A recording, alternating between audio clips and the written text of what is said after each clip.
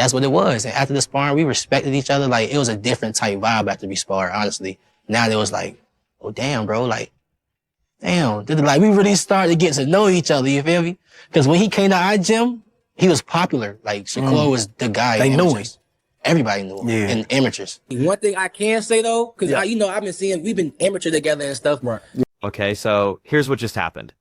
A sparring video drops and suddenly everyone's talking about Keyshawn Davis catching Shakur Stevenson clean. The footage shows Davis landing with perfect timing, and it's got people buzzing about what goes down behind closed doors in these elite training camps. Davis breaks it down afterwards, pointing out that both Teofimo Lopez and Stevenson are serious threats from what he's witnessed firsthand. The thing is, when you're at this level, raw talent only gets you so far. What separates the good from the great comes down to how you prepare, how fast you think, and whether your game plan actually works when the lights are brightest. How do you see Teo against Shakur playing out? Because you want me to tell you the truth, like, this fight could have been the winner's bracket fight. In other words, they're jumping to it, but at the end of the era, it may have been Teo and Shakur, especially if you would never fight Shakur, right? How do you see this fight playing out? I see it playing out, let's say, I see it starting off slow. Okay. And then I see as Shakur wins the first round, as Shakur wins the second round, slowly, I think Teo is going to eventually start picking it up and start imposing his will. Right. And then, it's just going to go from there. That's how I think it's going to go. That's a fair assessment. Now Davis opens up about that sparring session with Shakur, and he makes it clear this wasn't about personal beef. Pure competition, nothing more. He's honest about the reality, though. Every time he tried to find his range, Stevenson was already 3 steps ahead, landing counters like clockwork. But here's what's interesting. Davis never backed down, kept pushing forward because he understood something crucial. The moment you ease up in there, you're done. That experience taught him 2 things. First, Stevenson's skill level is absolutely legitimate. Second, sometimes the most valuable lesson is learning to keep fighting when everything's going wrong. Boom, sparring day come. I'm confident. I'm knowing I'm about to go in here and beat him up, right? Man, I get in the ring, man. Why I cannot hit this man, right? I cannot hit him, but he touching me. So I'm like, oh, this is different. He different. Like, he different. So I just keep, I'm 14, he's 16. I just keep going, I just keep going. So some getting through, some not, some getting through, some getting not.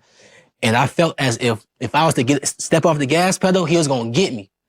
So I just had to keep going, you feel me? And I know he explained that a lot of times in interviews, like that's why he respect me so much, because in that sparring right there, I didn't respect him at all. I was trying to F him up, you know what I'm saying? Like, and that's what it was. And after the sparring, we respected each other. Like, it was a different type vibe after we sparred, honestly. Now it was like, oh, damn, bro, like, damn. Like, we really started to get to know each other, you feel me? Because when he came to our gym, he was popular. Like, Shakur Stevenson's been locked in throughout this entire camp, and the dedication is next level.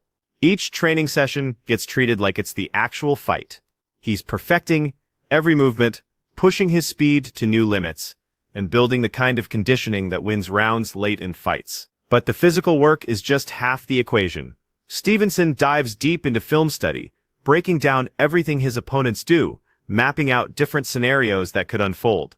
His team focuses on making every detail count, consistency in execution, precision in technique, constant evolution of his game. This approach means when fight night arrives, Shakur steps through those ropes, knowing he's covered every angle, prepared for whatever comes his way, ready to perform when it matters most. The fight is discipline, time away from my family. How you gonna beat me? Ain't no way you can beat me that way, bro. Why I keep saying I'm the best. Niggas don't want this shit more than me. I know it. I know it. I want this shit so bad. So bad. Shit easy, gang. Easy, man. Easy. Always easy, man. You already know. Always easy, man. It's supposed to be a sprint. Let's go. This ain't no sprint. Nah, it's a job. Let's go. We ready. That boy is... Keyshawn Davis gets real about his history with Shakur Stevenson, and there's genuine depth there. These two have been connected since day one, with Davis calling Stevenson family straight up like a brother. But even with that bond, something else developed alongside it. A competitive fire that never stopped burning, constantly driving both fighters to push each other harder. Every sparring session became a chance to improve, every round a test to see who could adapt faster. Davis explains how this dynamic actually made them both better, learning from each other while still trying to outwork the other guy. What makes it special is the foundation underneath all that competition. Real respect, shared goals. Both fighters understanding they're pushing toward the same destination in this sport. Boxing. It's family, bro. Like I'm never ever fighting Shakur. You know what I'm saying? I'm not. It's not even gonna feel right. What were some of the experiences like with you guys growing up like as young men and young teenagers in Virginia? Like what some of those things that shaped you to know like he's my brother, man. I could never do that. Yeah, the moment when I was like, all right, yeah, Shakur, I genuinely actually got real love for you was when I was going through my deep depression times. Even before I was going into the mental home, because I used to tell my brother a lot. But then I started like backing off from my little brother because he was my little brother. I started talking to Shakur a lot about like how I was feeling and how I was thinking and what I was doing to myself. And Shakur was just giving me advice that I really like take in and like, damn, okay, I got you and stuff like that. And then I end up going to the mental home and, you know, like he calling me in there, checking up on me and stuff like that. I get out of the mental home, he pulling up on me, making sure I'm straight, making sure I get back in the gym, making sure I continue to do what I love. So he was there for me with my worst. Shakur Stevenson sits down with Ariel Helwani and doesn't hold back about the Teofimo Lopez fight. Stevenson, who's built his reputation on boxing intelligence and surgical precision, addresses everyone questioning whether he's ready for this level. His confidence is unshakable. He breaks it down simply. Lopez has never been in the ring with someone who brings what he brings. This won't be like previous fights for Lopez because Stevenson's combination of speed, ring awareness, and adaptability creates problems other opponents couldn't. Shakur keeps his focus on the task itself, rather than getting caught up in media narratives, showing the kind of mental approach that separates elite fighters from everyone else. He understands exactly what it takes to handle a fighter with Lopez's power and reputation. Stevenson goes deeper into his tactical approach, making it clear he's not changing who he is to satisfy critics or create entertainment. His game plan centers on control, controlling range, controlling tempo, controlling when and where exchanges happen. He'll look for Lopez to give him openings, then capitalize with the kind of precision timing that's become his trademark. This methodical mindset reflects Stevenson's maturity as a competitor and his understanding that emotion loses fights, while strategy wins them. It's exactly why boxing people consider him one of the smartest young fighters in the sport today. It's cool. I mean, that's their opinion. Like, you know, they could say that. But I know he never fought nobody on my level. Like, I'm 1,000,000% sure that T.O. has never seen nobody as good as me in his life. He's talking about like once he gets through you, then he wants Crawford, names like that. How do you think he would do against someone like Terrence at this point? I think he gets knocked out. Can't even hang with him. Yeah, he's too little. Bud is too big for him. Right. As far as skills, though, do you think he's on par with the likes of Terrence? I'm not gonna say he's on a Terrence Crawford level of skills, but he's very skillful. He got a lot of things with him that puts him at a high level. One thing that was interesting to me was it seemed like you were going to move on from Matchroom, but now Eddie Hearn is involved in this, and this is a Matchroom event. It seems like I know it's a ring card too, but he's promoting it here in the United States. So, what is the state of your relationship with Eddie and Matchroom at this point? Eddie's my guy. I'm actually not signed to Matchroom, but he's my guy. I'm a big fan of Eddie Hearn, and nothing but respect to him. But I'm glad he's the promoter that's on this card. I'm glad to share the spotlight with his promotional company. So if he's your guy, how come you're not signed to Matchroom? I mean, it's just business. If it makes sense, then I will. You know, if it come down to it and that's what makes sense, then we'll do it. But right now, I don't think it makes sense. Okay, so are you just more of like your own man at this point, your own entity? Yeah, I am. Okay. Do you negotiate with the ring people, with Turkey? You just do that yourself? No. Me and my manager, Jay Prince. Yep. Okay. Bozy Ennis weighs in on this matchup and delivers a serious reality check for Teofimo Lopez. He warns that sleeping on Shakur Stevenson's abilities would be a costly error in judgment. Ennis breaks down how Stevenson's speed isn't just about moving fast. It's a weapon system that lets him dictate every exchange, slip punches before they land, and create counter opportunities that other fighters miss completely. He points out that power punchers who don't respect movement and timing usually find themselves in trouble against Stevenson. According to Ennis, Lopez needs to approach this fight, understanding that Stevenson's combination of fight intelligence and physical tools presents a completely different kind of problem than he's solved before. Man. You gonna pick them apart. And I gotta tell everybody this, that Whichcomb is real athletic too. Teofimo. So I mean, I don't think it's gonna be an easy fight. You know what I mean? People think, a lot of people say it's gonna be easy and all. Nah. Teofimo can punch and he can box. And like I said, he's real athletic. So, you know what I mean? That'll make it a little difficult right there. You know what I mean? I see a lot of people going back and forth with it. Some people think Tio got the advantage because of the weight and that he's athletic and explosive. Some people say Shakur is the better boxer. Yes. Right?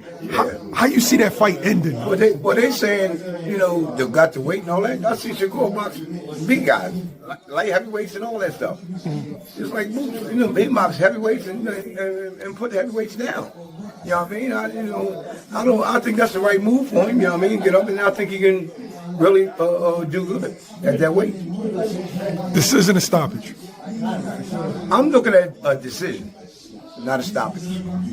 But then all according how Till come in. If Till come at him, he's gonna run into some shots. It might be over. You know what I mean? Now, you always tell me it's the shot that you don't see coming. That's it. That power is speed. Right. So, could it be a situation where people underestimate Shakur's punching power? Yeah. I think Shakur can punch. You know what I mean? I think he can punch. It's just, like I said, speed is power. Not them guys, muscle-bound guys come in and they tell me, he can punch and all that. Like I just got finished saying, like you just got finished saying, matter of fact. The punch that you don't see knocks him out. And they always say, man, I didn't see that punch coming. That's the one you worry about. Dan Rafael brings his veteran perspective to the discussion, emphasizing what both fighters bring to this collision. Rafael frames it as the ultimate contrast in styles. You've got Stevenson representing technical mastery, while Lopez embodies explosive athleticism and fight-changing power.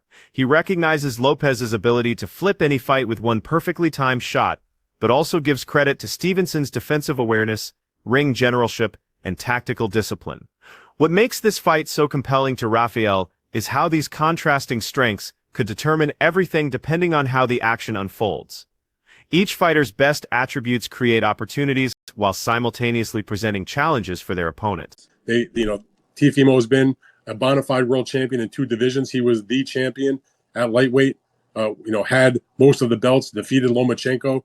He did suffer the upset loss to Kambosos. There were some physical issues there that we didn't know about going into the fight, not to make excuses for him. But regardless, he came back and even though maybe he didn't shine and scintillate maybe in some of those fights after that, when it came time to step up and take on the champ, which was Josh Taylor, he shined in that fight. So when Teofimo is matched, in a big time opponent, he's delivered, and he's done it, a number of times. And, he looked really good against Taylor. And Shakur, by the way, similar thing. He's been flawless through his career. He may be not the most exciting at times, but Shakur Stevenson gets the job done. He has won titles from featherweight up to lightweight. When his back was against the wall, quote unquote, and everybody had big expectations, and he had a lot of pressure on him not to make it a boring fight and all that kind of business. What did he do in his last fight against William Zepeda? He stood in the pocket and he fought the guy, and he won handily. He shut him out, basically. He won like 10 rounds to 2. I mean, he fought a unification fight against Oscar Valdez, a fighter that, even though he might have been favored, thought maybe Oscar could do some damage because he was a good puncher and had a great amateur background and a great chin and all those types of things. And he went out there and he routed him also. I mean, so, these are 2 of the best young elite fighters in boxing. And their fight has been talked about for a long time. They spent most of their careers together at Top Rank, which is a fight. If you ever ask Bob Arum, he'll tell you that was a fight that Top Rank, down the road had their eye on at some point when they were going to be, closer in weight to each other. Because obviously Teofimo had started off, a little bit heavier than Shakur, but they would eventually catch up to each other. They're both Olympians, by the way. Teofimo he's American, but he fought for his parents' country of Honduras in that same Olympic Games. It was Shakur Stevenson winning a silver medal for the United States. I mean, they have all kinds of accomplishment. I do think they have a healthy respect for each other. They know each other for all the years being at top rank events together. They fought on the same undercard twice when the main event was Terrence Crawford, who was obviously very close to Shakur, but Teofimo was on those shows also. So, and they're doing it in the right place. This is not a fight they're taking to a place that doesn't make sense. All respect to the big matches they do in Saudi Arabia, but this is the kind of fight that belonged in America, and it didn't belong in Las Vegas. It belongs in New York City at Madison Square Garden. Teofimo is from Brooklyn. Shakur is from Newark, New Jersey, which is a 5-minute train ride from Midtown Manhattan. I mean, it's got everything you want to see. The Garden hasn't had a lot of big fights in the main arena over the last few years. The last one they had was the third fight between Katie Taylor and Serrano. But before that, it'd been, a couple of years, I think, since they had a main arena fight. So this is a big-time fight. Timothy Bradley examines this fight through the lens of boxing's future and what it represents for the sport's direction. Bradley connects this matchup to the broader evolution happening in boxing right now, where the most talented young fighters are stepping up to face each other and establish the new pecking order. He draws comparisons to fighters like Devin Haney, noting how this generation prioritizes technical excellence and strategic thinking without abandoning the physical aspects that make boxing exciting. For Bradley, this fight gives both Stevenson and Lopez the platform to prove where they stand among boxing's elite, demonstrating how modern fighters blend traditional power with contemporary sophistication. Bradley emphasizes that fighters like Stevenson are raising the bar for what technical precision looks like, forcing opponents to match that level of tactical awareness or fall behind. Lopez, with his natural explosiveness and athletic gifts, has to find ways to neutralize Stevenson's measured, calculated approach. Bradley sees this as a learning opportunity for young fighters watching. They can study Stevenson's disciplined methodology while also observing Lopez's ability to create moments and seize control when opportunities present themselves. In Bradley's view, this fight matters beyond just these two careers. It represents boxing's ongoing development and shows where the sport is heading. Going at it again. Yeah, I think Devin Haney setting the trend. Devin Haney setting the trend. Yeah. Yep, he's setting the trend. Now all these young guys starting to test themselves against each other now. That's what we want to see. That's what we want to see. We want to see who the best is, yo. And then the winner of this fight right here needs to fight Devin Haney. Why not? Why not? Keep it going. Keep it going. But anyways, look, this is a message, man. Anybody that's going to be working that hard, y'all better make sure y'all do y'all damn homework. I'm talking about any commentators, any host, anybody. Do your damn homework, man, for real. You know what I'm saying? Because this not going to be one of them fights where it's going to be rock'em, sock'em, both guys hitting each other and stuff like that. No, it's going to be small, little nuancey type of things that if you don't know what you watching, you can't tell us what the hell is going on. All the fans at home going to be like, what's going on? You know? That they don't have the knowledge that you supposed to have to give us some food for our damn thoughts. So do your damn homework on this, okay? Oh, that go for everybody that's gonna be calling this fight, because there's every offense that, or every type of any offense that's gonna be landed, it's gonna have to be earned or set up. Both these guys are intelligent, right? Teofimo Lopez is explosive as hell. He's smart as well. Shoot, you got to remember, this man was the first man to beat Lomachenko. Yeah, well before Haney. Yeah, So, look, check this out. And you already know Shakur Stevenson. You know what he bring into the ring. Defense first. Yep, defense first. You ain't getting nothing. I'm gonna get mine when I get mine and when I want to get mine, but you ain't getting nothing. So look, y'all might perceive this fight as being boring and this and that. This is going to be one hell of a technical battle that I can't wait to see. Here's another angle on Lopez that analysts keep discussing. When he faces truly elite competition, that's when Lopez seems to find another gear entirely. His performance level appears directly connected to the quality of opponents standing across from him. Against Shakur Stevenson, expectations are that Lopez will need to access his absolute best version, relying on every bit of speed, timing, and ring awareness he possesses. This creates a situation where both fighters should be operating at maximum capacity, with Lopez needing to balance his natural aggressive instincts with the kind of disciplined patience that Stevenson's style demands. The concern for Lopez is that wild exchanges or mistimed attacks become opportunities for Stevenson to exploit. Stevenson's ability to read patterns, maintain distance, and anticipate what's coming makes Lopez's margin for error extreme. The challenge for Lopez. Teofimo Lopez needs opponents like Shakur Stevenson because they are elite fighters. He needs that to bring out the very best in him. I just can't see how it's possible that whilst Teofimo, we've seen a ceiling with him in terms of he's been beaten by certain opponents, we know that he can lose in the ring. But I don't know if that's a genuine ceiling, because I think that his ceiling is actually one of the most changeable in boxing based on who's in front of him. And so actually, I think there's a very, very good chance we're going to see the best possible version of Teofimo Lopez in the ring against Shakur Stevenson. But we should talk about Shakur Stevenson before we get into the nuts and bolts of the fight, what it might look like, and why it is so risky for both men. Now, Shakur Stevenson is currently undefeated. He's 24-0 with 11 KOs. He turned pro back in 2017. He's the same age as Teofimo Lopez at 28 years old, both men in their athletic primes. He's 5'8". These are on paper heights, so potentially a little bit shorter. He could even be a bit taller than Teofimo Lopez. I really need to see them next to each other. That's it for today's video. Stay tuned until next time.